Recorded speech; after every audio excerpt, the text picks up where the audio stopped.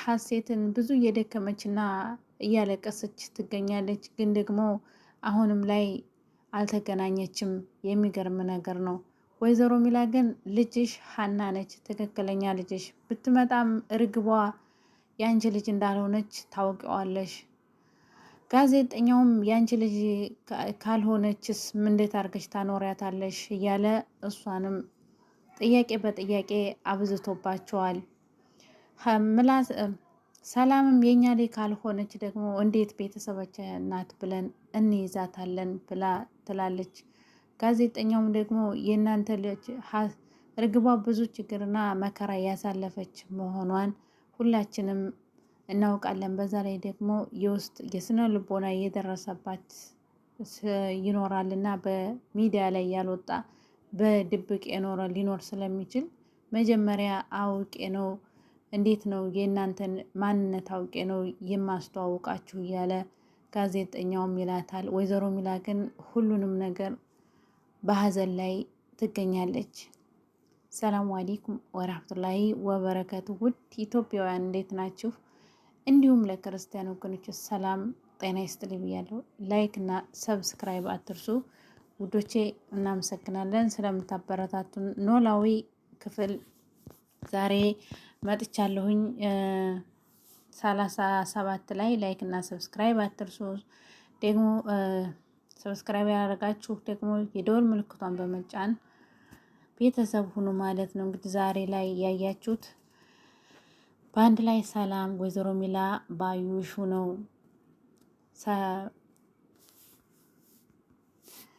ወይዘሮ ሚላን ተከትለው ሀሴትን ለማግኘት እየተጓዙ በነበረበት ሰዓት ምላሴ እንግዲህ እንዴት ታመመ፣ ሰላምም እየሮጠች እንዴት ምላሴን ጥለሹ ትወጫለሽ? ምላሴ እኮ ታሟል ብላ ትላታለች። እንዴት ለምላሴ ያልሆንሽ እናት ለሀሴትና እናት ለመሆን ብቁ ነሽ ወይ ብላ ትላታለች። ባዩሽም ይሄን ስትላት ስትሰማ እንዴት ይሄን ትያለሽ የሰላም ብላ እናትሽ እኮ ናት እንዴት ይሄን ትናገሪያታለሽ ብላ ትላታለች። ሰላምም እንደገና እማየው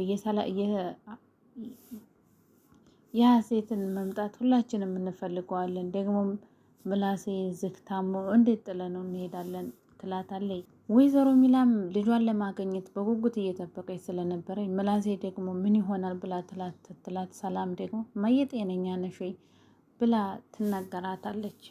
ባዩሽም አንቺ ባለጌ እናትሽን ነው እንደዚህ የምትናገሪያት ብላ ትትላት። ሰላምም አንቺን የጠየቀሽ የለም ይህ የቤተሰብ ጉዳይ ነው ብላ ትላታለች። ባዩሽም በቃ እንደዚህ ታሁን በኋላ ይህንን ውርደቴን አልፈልግም፣ ቀጥታ ወደ ቤት ሄዳለሁ እያለች ትላለች። ወይዘሮ ሚላም ደግሞ እንዴት ባዩሽ ይህን ብለሽ እንዴት እንደዚህ ሁኔታ ጥለሽ ትሄጃለሽ? ኧረ እባክሽ ብላ ትለምናታለች። ባዩሽም ከዚህ በላይ እንግዲህ ውርደት ምን ያስፈልገኛል? ብትር ነው የሚያቀራኝ? አሁን እንደዚህ አርጋ አዋረደችኝ እኮ በሰው ፊት። ወይዘሮ ሚላ ምን እያልሽ ነው ትላታለች። ወይዘሮ ሚላም ደግሞ የሰላምን ጸባይ ታውቂው የለም ወይ ባዩሽ? ኧረ እባክሽ እስኪ አንቺ እንኳን ተረጅኝና ተረጋጊ ትላታለች። ሀና ምላሴን ክላስ ገብታ ታየችው በኋላ ሰላም እናትዬ ምን ሆኖ ነው የሚጨቃጨቁትስ? የት ሄደው ነው ብላ ትለዋለች። ምላሴም ደግሞ እኔን ታምሜ ሲያዩት ወደ ውጭ ሊወጡ ሲል እንዴት ጥለነው እንወጣለን እያሉ ስለነበረ ነው ብላ ሲላታል። ሀናም እንደገና ትጨነቃለች። እንዴት ትጨነቂያለሽ አንቺ ደግሞ የሀና እኔ እኮ ደህና ነኝ ሀነዬ ብሎ ይላታል። እስኪ አትጨነቂ የሰላምንና የማየን ጸባይ አንቺ አታውቂያቸውም እንዴ? በስ ብቻ ጃኬቴን ስጪ ብሎ ይላታል። እንዲሁም ሳሎን እንሂድ ብሎ ይላታል። እሺ በቃ ይሻላል እንደዛ ከሆነ ጥሩ ብላ ና ቶሎ በቃ ወደ ሳሎን ብላ እሷም ትሄዳለች። የሀና አባት ሻምበልና አሴር በአንድ መንገድ ላይ እየሄዱ ያለ ፋዘሩ የእርጅና ተጣጣረዎት እንዴ? እንዴት ነው ቆይ ብሎ ሲጠይቁት እኔ ሻምበል ለእርጅና እጅ አልሰጥም ብሎ ይለዋል። አሴርም ደግሞ አረ ፋዘር መጀመሪያ ስትመጡ እኮ እህን ጊዜ ቤት ደርሰው ነበር፣ አሁን ግን ምን እንደዚህ ትላላችሁ? እርጅና መጥቶባቸዋል እንጂ እያለ ይቀልድባቸው ጀመር። አባባ ሻምበልን ፈገግ በማለት እሱማ እርጅና ለማን ይቀራል ብሎ እሱን ተውና የዛን ቀን ሌሊት ሀንዬ ስትመጣ ከራማ ግፍፍ ብሎ የወጣው ምን ሆነ ነው ብሎ ይጠይቀዋል። አሴርም መቼ ፋዘር ብሎ ይለዋል። አይ አባባ ሻምበል ገብቶሃል አሴር ብሎ ሲለው እንደዛ አድርጌ ነበር እንዴ ፋዘር ብሎ አሴርም እንደገና ይጠይቀዋል። ምንም አልሆንኩም አሴር በቃ አይቆጡም ፋዘር ብሎ ይላሉ እኮ ገብቶሃል ምን ሆነ ነው ብሎ ይጠይቃል አባባ ሻምበል። ሀና ስትመጣ ድንገት ወጣሁኝ እንጂ ከሀና ጋር የሚገናኝ ነገር የለውም ነበር ፋዘር ብሎ ይላል አሴር። እሷ ሳትመጣ እንደዛ ስትጫወትና ስትቀልድ የነበርከው አሴር ግን እሷ መጥት ያለች ጊዜ ለታ እንደዛ በረህ የወጣው አይቻለሁ ብሎ ሻምበልም ይለዋል አሴርን። ምን አርጋህ ነው ብሎ ሲለው አሴርም ደግሞ እንዴት ሀንዬ ምን ታደርገኛለች በሀና ላይ የሚይዝ ልብም የሚቀየም ልብም የለም ሀና እኮ ማንንም የምታስቀይም ልጅ አይደለችም ብሎ ይላል። አባባ ሻምበልም እንደዛ ከሆነ እሺ ደግ ለማንኛውም ሁለታችሁም ልጆቼ ናችሁ ይለዋል። አሴርም በደስታ እኔንም ትወዱኛላችሁ ፋዘር እንደ ሀና ብሎ ይለዋል። አንተስ ልጅ አይደለህ እንዴ ብሎ አባባ ሻምበልም ይላል። ሰላም ባዩሽ ወይዘሮ ሚላ ከጋዜጠኛው ጋር ሊገናኙ ሲሄዱ ወይዘሮ ሚላም መስበር ላይ ሆና እየጠበቀች ያለ ሰላምና ጋዜጠኛው ተገናኝተው በአንድ ላይ መጡና ተዋወቂው ማየ እሱ ነው ጋዜጠኛው ብላ ሰላም ትላለች። ወይዘሮ ሚላም አዎ አስታወስኩኝ ልጄ የት ናት ብላ ትለዋለች። ቅድሚያ ሰላምታ አይቀርምም ወይዘሮ ሚላ ከዛ ስም እንተዋወቅ ስሜ ደግሞ ሀብታሙ እባላለሁ እሷም ደግሞ ወይዘሮ ሚላ እባላለሁ ብላ ከተዋወቁ በኋላ ታሪካቸውን ይቀጥላሉ። በመጀመሪያ ተረጋግተን ማውራት አለብን ብሎ ልጄ የት ናት ብላ ስትለው ወይዘሮ ሚላ ጋዜጠኛውም መጀመሪያ ተረጋግተን ማውራት አለብን ብሎ ይላታል። ወይዘሮ ሚላም በመደንገጥ ሀሴት ይደርሳል። ወይዘሮ ሚላም ምን ነው ልጄ ሀሴት ምን ሆነች? የሆነችው ነገር አለ እንደ ብላ ትጠይቀዋለች ጋዜጠኛውን። ሰላም ሲቀጥል አረማዬ ተረጋጊ እስኪ የሚለውን አዳምጪው በመረጋጋት ብላ ትላታለች። ጋዜጠኛውም ይኸውልሽ ወይዘሮ ሚላ ሰዎችን ማገናኘት ብቻ ሳይሆን ከተገናኙም በኋላ የሚያጋጥማቸውን መከታተል ሙያዬ ነው ብሎ ይላታል። ወይዘሮ ሚላም እኔ ምን እንደምትለኝ አልገባኝም ብላ ትለዋለች። ጋዜጠኛውም ይኸውልሽ እርግብ የአንቺ ልጅ ለመሆኗ ምን ምስክር አለሽ ብሎ ይጠይቃታል። እና እሱን ሀሴትዬ ከመጣች በኋላ ማረግ አንችልም ብላ ወይዘሮ ሚላ ትጠይቃለች። ጋዜጠኛውም የአንቺን ስሜት እና ጉዳት ወይም ናፍቆት ታልረዳ ቀርቼ አይደለም፣ ግን ደግሞ ሀሴት ቦታ ላይ ብሆን ብለሽ ሀስቢው እስኪ ብሎ ይላታል። ወይዘሮ ሚላ ምን አድርጌ ነው የምትለኝሽ ብላ ትለዋለች። ጋዜጠኛውም እርግብ የአንቺ ልጅ ሁና ብትገኝ ምንድን ነው የምታደርጊያት? ወይስ እንዴት አድርገሽ ነው የምታኖሪያት? ይህንንም ማለት አለብኝ ብሎ ይላታል። ወይዘሮ ሚላም ለእሱ አታስብ፣ ለልጆች ሳልሆን እማልቀር እናት ነኝ፣ ለልጆች ደግሞ ትልቅ ድርጅት ያለኝ ሴትዮ ነኝ ብላ ትለዋለች።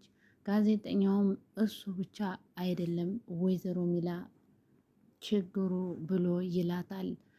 ወይዘሮ ሚላም እናሽ ምን አድርጌ ነው የምትለይ ብላ አሁንም ትጠይቀዋለች።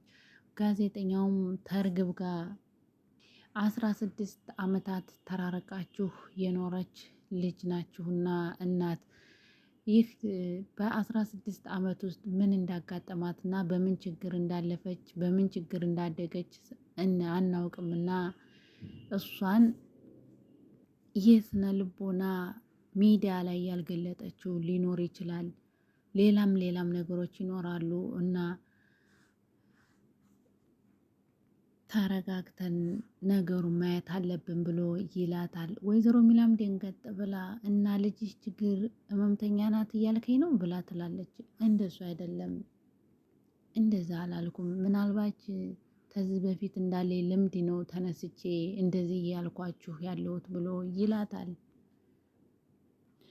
ምላሴ ሳሎን ላይ ተቀምጦ ሀና መታ ሀና ዛሬ ተሽሎሃል ምላሴ ብላ ትጠይቀዋለች።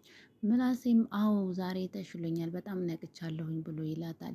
እና ምን እያየ ነው ብላ ስትለው ሀኔዬ የትናንትናውን ፕሮግራም ዩቱብ ላይ ተለቆ እየተከታተልኩት ነበር ብሎ ይላታል። ሀናም ደግሞ የቱ ፕሮግራም ብላ ትጠይቀዋለች። ምላሴም እንዴ እናቴን እማዬን ሊያሳበዳት የደረሰው ፕሮግራም ነው ብሎ ይላታል። ሀናም ደግሞ ቆይ ግን ምን አይነት ፕሮግራም አይታችሁ ነው እንደዚህ የተረበሻችሁት ብላ ተጠይቀዋለች። ምላሴም ደግሞ ሁሌ ስራዬን እያልሽ ነው ለወሬ ቦታ የማትሰጭው ብሎ ይላታል። ሀናም ያው የቤተሰብ ጉዳይ ይሆናል ብዬ ነው ብዙም ትኩረት ያልሰጠሁት ብላ ትለዋለች። ምላሴ እና የቤተሰብ ጉዳይስ ቢሆን አንቺም እኮ የቤተሰቦቻችን አባል ነሽ ብሎ ይላታል። ሀናም ቢሆንም ምላሴ አንዳንዴ የራሳችሁ ምስጢር ሊኖራችሁ ይችላል ብላ ትላለች። እኛ ቤት ውስጥ ታንቺ የተደበቀ ምስጢር የለም፣ ደግሞም እኮ እንኳን ላንቺ ለሁሉም ድብቅ አይደለም ይሄ ብሎ ይላታል። ከዛ ሀና እሺ ብላ ማዳመጥ ጀመረች። የሆነ ፕሮግራም ነበረ። አንዳንድ ጊዜ ብዙ ጊዜም ባንከታተለው አንዳንዴ አልፎ አልፎ እንከታተለው ነበር ብሎ ይላት። ትናንትና ግን ያየነው የሚገርም ነገር ነው። የራሳችንን ጉዳይ ቲቪ ላይ ያላየነው መሰለሽ ብሎ ሀናን ይላታል። ሀናም ደነግጣ ምንድን ብላ ትለዋለይ። ምን ያላየነው ነገር አለ ብቻ እንዲሳካልን በጸሎት አትርሽም ብሎ ሲላት ወይዘሮ ዝናሽ መጣች። የሆነ ተንኮል ስላለባት ባዩሽ እነ ወይዘሮ ሚላ አልመጡም እንዴ ብላ ትላለች። ምላስም ደግሞ አልመጡም ገና ናቸው ብሎ ሲላት ሀናን ማን ነበረ ያልሺ ስምሽ ብላ በቁጣ አፍንጫ ትትላት። ስራ እኮ ጨርሼ ተምላሴ ጋር ላዋራው ብዬ ነው ቁጭ አልኩት፣ ምሳ ላቅርብ እንዴ ብላ ትትላይ። ምሳ እንኳን አልፈልግም ፀሐዩ ስለመታኝ ነው መሰለኝ ራሴን አሞኛል ብላ ትላለች። ሀናም ቡና ላፈላላችሁ እንዴ ብላ ስትል ጎሽ የኔ ልጅ ብላ እሷም ሀናም ወደ ስራዋ ሄደች። ወይዘሮ ሚላም ቤት ከመጣች በኋላ ልጇን ስላላገኘች በሀሳብና በጭንቀት ላይ እያለች ፈተዋን እያየች ባዩሽዬ ባዩሽዬ እያለች ስትል ሀሴት እያለች ትታዘን ባዩሽ አንቺ ሴትዮ ምን ሆነሽ ነው? ቆይ አንቺ ብቻ የተጎዳሽ ይመስላል እንዴ? ኧረ እባክሽ ተልክ ላይ አድርገው እንዴት ኦቨር እኮ ሆንሽ እያለች ትላት ነበር። እኔ ያለሁበት ቦታ ላይ እናንተ ስለሌላችሁ ነው ብላ ትላታል። እና አንቺን ተከትለን እያለቀስን ትኩስ ሬሳ የወጣበት ቤት እናስመስለው እንዴ ብላ ትላታለች ባዩሽ። ወይዘሮ ሚላም አዎ ጥሩ ነው እንደዛ ቢሆን ብላ እሷም ትላለች። ወይዘሮ ሚላ ውስጧ ስለተጎዳና በሀሴት ሀዘን ስለተዋጠች የምትለውንም የምትተውንም አላወቀችውም። ይህ ያለ ስልኩ እንዳጋጣሚ ሰላም ምላሴ ወይዘሮ ሚላ በአንድ ላይ ቁጭ እንዳሉ ጋዜጠኛው ደወለ። በቃ አሁን እመጣለሁኝ ብሎ እንዳላት ሶስታችሁም ተሰብስባችሁ በአንድ ላይ ተቀምጣችሁ ጠብቁ ብሎ ሲላቸው ወይዘሮ ሚላ ምንም ችግር የለውም እሺ ብቻ ሀሴትን ይዘሊና አለችው። እሱም ደግሞ ሀሴት መምጣት አትችልም አሁን ብሎ ይላታል። ጋዜጠኛው ወደ ቤት ሲመጣ ምላሴን ሀሴት ወይዘሮ ሚላ በአንድ ላይ ተቀምጠው አገኛቸው። ፎቶግራፋቸውን የሀናን ፎቶግራፍ ስታሳየው እሱም የራሱ መረጃ ስላለው እንዴት ነው መረጃ ያገኘሽ ስትለው አዎ መረጃ በደንብ አግኝቻለሁ ብሎ ይላል። እያንዳንዳቸው ሁላቸውንም ጠየቃቸው። መረጃውን ይዞ ወደ ቤቱ ሂዷል። እንግዲህ ውዱ ኢትዮጵያውያን ኖላዊ ድራማ ይህ እውነተኛ ታሪክ ይኖራል፣ በትክክል አለ፣ ያስተምራል። በዚህ ላይ ቪዲዮዋቸው አልቋል። በሌላ ቪዲዮ እስከምንገናኝ ደህና ሁኑልኝ ውድ ኢትዮጵያውያን። አመሰግናለሁ። ወሰላሙ አሌይኩም